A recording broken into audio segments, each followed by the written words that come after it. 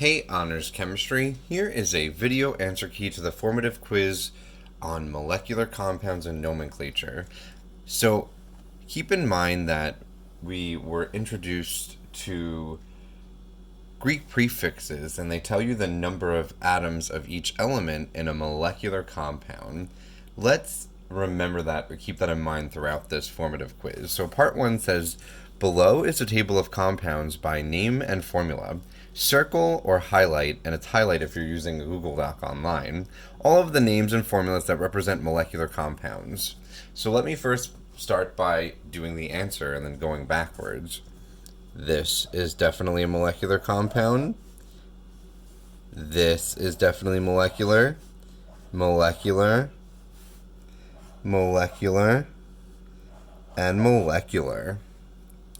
Alright, so those are the correct answers for what are molecular. How can we tell if a compound is molecular?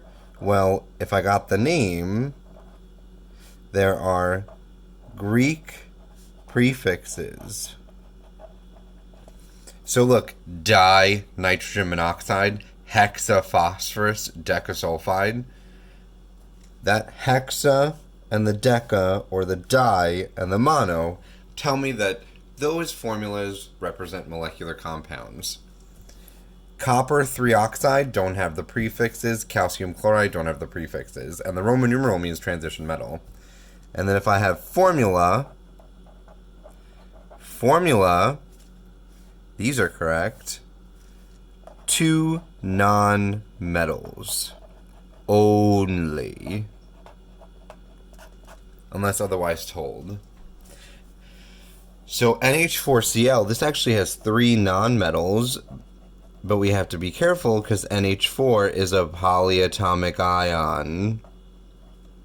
So if it's got a polyatomic ion, it's an ion. This is a metal and nonmetal, ionic. Calcium chloride, metal, nonmetal, ionic. Metal, polyatomic ion, ionic. Metal, polyatomic ion, ionic. How did I know these two had polyatomic ions? 3 or more symbols means I have polyatomic ions. Boom, ionic. Copper 3 oxide, metal, nonmetal, even the Roman numerals. Roman numerals means I have some sort of ionic compound. OH minus is a polyatomic ion. It has a charge. Molecular compounds do not have a charge. Do not carry a charge. Molecular compounds, they shouldn't carry a charge. The moment I have a charge on there, I have an ionic compound. Ions are there. Okay? Alright. So now, let's use this information to name and come up with formulas. So it says hydrogen monoiodide. Hydrogen is H. There's no mono or anything in that, so that must mean I have one. It doesn't say di, tri, tetra, or anything like that, so I should just have one hydrogen. Monoiodide, which means one iodide, so Hi. Chlorine tetroxide, Cl O4. Tetra means 4, oxide is oxygen. And then since there's no prefixes for chlorine, it must mean 1. Then we have C4H10. I'd probably call that tetracarbon decahydride. N3O8, 3 nitrogens, 8 oxygens. Trinitrogen octoxide for the 8 oxygens.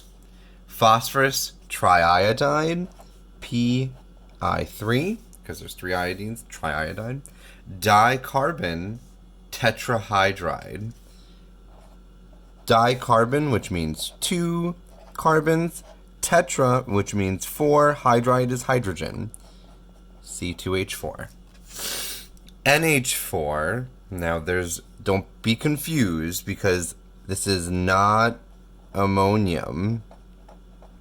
Ammonium would be NH4 plus. NH4 would be nitrogen tetrahydride if this were a compound that didn't have a charge. And then last one, octaiodine decanitride. Octaiodine. Octa means 8, iodine I. So I 8, decanitride 10 nitrogens. N 10. And then also keep a note and notice that molecular compounds do not need to be simplified.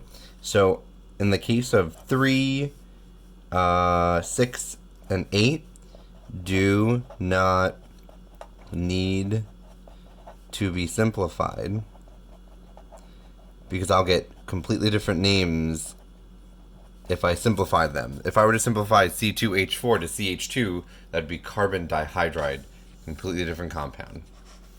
Alright, so this is the video answer key to the molecular compounds and nomenclature formative quiz. Make sure you're able to identify and recognize and pick out molecular compounds from things that are not molecular, and make sure you're able to name and write formulas for molecular compounds.